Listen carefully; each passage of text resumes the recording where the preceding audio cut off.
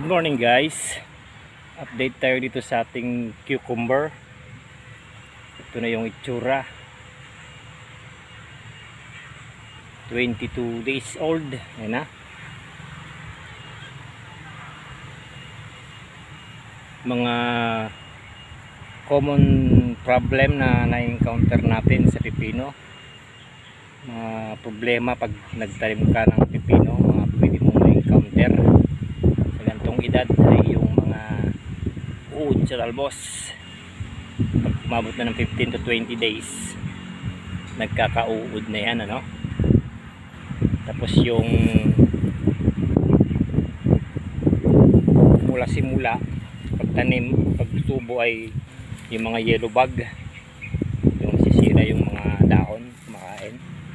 Pero pag sa ganitong age, ang pinaka-common ay yung uod sa talbos. Ayan. Pero naagapan natin, nag-prevention agad tayo dahil weekly yung pag-spray natin dito. Ayan, nagpapatubig tayo ngayon dahil wala ng ulan. Ito yung itsura, 22 days old. Malapit na siyang mamulaklak. Ang ginagamit kong spray sa uod ay yung Burodan saka gold. Sa gold namamatay itlog pa lang, pero mayroon pa rin nakakalusot katulad yan. Pinaka-common na ganitong AIDS ay yung uod sa talbos. Yan yung itsura. Mga ilang days pa ay may mabulaklak na to. Actually mayroon na nga iba. No? Sa ilalim ay mayroon na. Pag nagkaedad ng 20 days ay may bulaklak na talaga. Yan. Yan yung itsura ng ating cucumber ngayon. 20 days old. Nagpapatubig tayo kasi nga ilang days nang walang ulan. No? Yung mga common problem ng pagtatanim sa pipino, of course yung every 3 days o 4 days gap ng pag-abono para maiwasan natin yung pagkakabansot ng ating mga cucumber. Tapos yung tamang abono ang ginagamit ko dito ay mula umpisa urea ang ginamit natin para hindi magkaroon ng bansot. Pag nababansot kasi guys ay papangit yung pagbubunga, mas madali yung pagbubunga niya, kukunti ang bunga pagka nabansot, ano?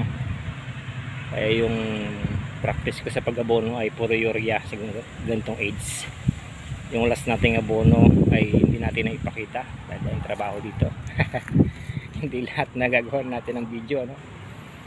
Ganun pa rin naman yung ginamit natin, isang lata ng sardinas sa urea. Pag urea ang ginamit ay ganyan ang itsura. Ang dami niyang sanga.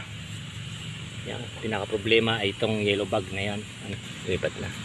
Tapos itong uod sa ganitong age 15 to 20 days pataas, 25 yan. Pero pag medyo malalaki na, nawawala din yung mga uod, no? Share lang natin yung mga common problem sa pagtatanim ng pipino na pwede mong ma-encounter kapag nagtanim ka ng cucumber, pag nagpatubig o flooded. Kaya pag ganito na yung age ng pipino mo at nagkaroon ng uod sa talbos, ibig sabihin hindi mo na agapan, ano? Dapat every weekly yung pag-spray para hindi na makapag-penetrate yung mga uod. Yan ang itsura. Malalaki na yung cucumber natin, 20 days old. Meron na rin pa isang bulaklak sa ilalim, no? Share lang natin yung mga pwede nating ma-encounter sa mga nagtatanim natin ng mga pipino, mga farmers nating nagtatanim. Huwag kabahan kapag mayroon kang uod na nakita dito kasi halos sabay-sabay yan. Ang pinaka the best gawin ay yung prevention. Mag 5 days yung interval ng pag-spray. So bago dumating ng 15 days dapat nakapag-spray na pang uod. para maiwasan yung pagkakaroon. Ayan. Pero meron pa rin tayong pa isa-isa, pero hindi na problema yun kasi nga yung iba okay naman, no? Basta yung pag-spray ay dire-diretso lang, wag lang papalya sa pag-spray para hindi dumami yung uod, ano? Yan, lakas ng patubig natin.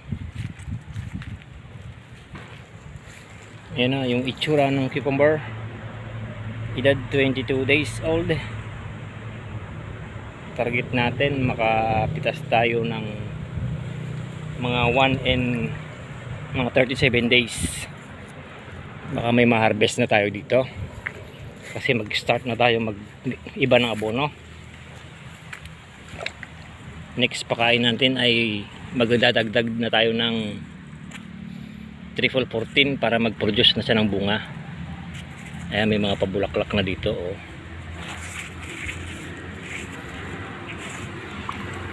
Yung variety natin Mega C, yung kataas na, lampas na hanggang baywang.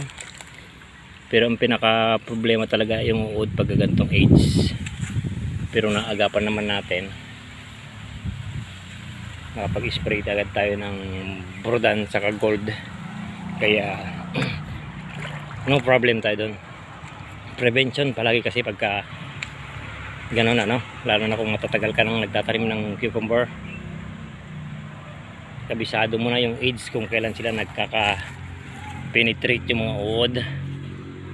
Yan, dami niyang sanga. Bukas makalawa, dami ng bulaklak niyan, no? Yan yung itsura. Update lang tayo dito sa ating cucumber na 22 days old. Yung trellis natin ay kumpleto na.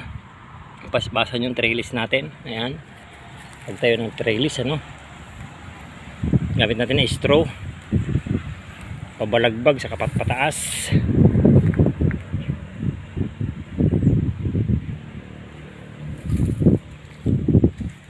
No, mga common problem sa pagtatanim ng pipino, yung interval ng pag-abono ay every 3 days or 4 days, the best. Yung pag-spray ay weekly o depende dun sa pag penetrate ng mga insects. Pero sa edad na ganito, uod ang pinaka-problem. Ayan, may mga uod to pero nagbagsakan na. Brodan lang saka Gold, patay ang uod. Ano? Pinagpapatubig tayo ngayon. Saka dun sa ampalaya na hindi pa umaangat-angat yung presyo. Ay nako, na, share lang natin itong ating cucumber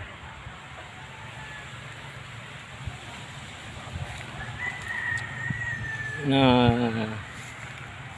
nagiging okay na, ano? Tapos yung mga namatay na huli ay mga kuha natin yan, replacement natin yung mga hindi tumubo. Yan yung itsura cucumber.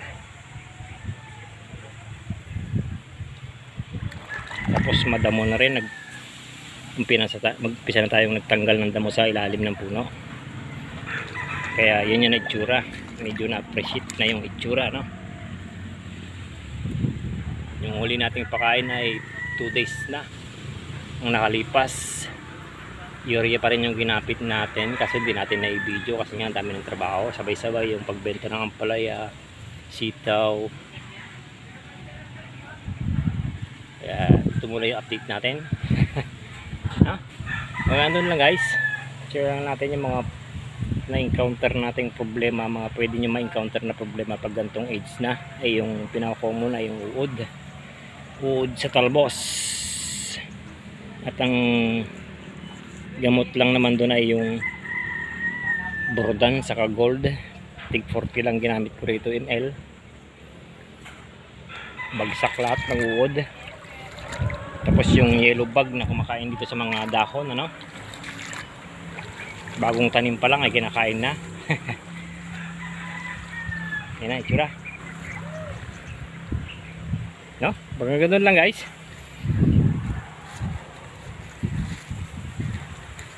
Thank you.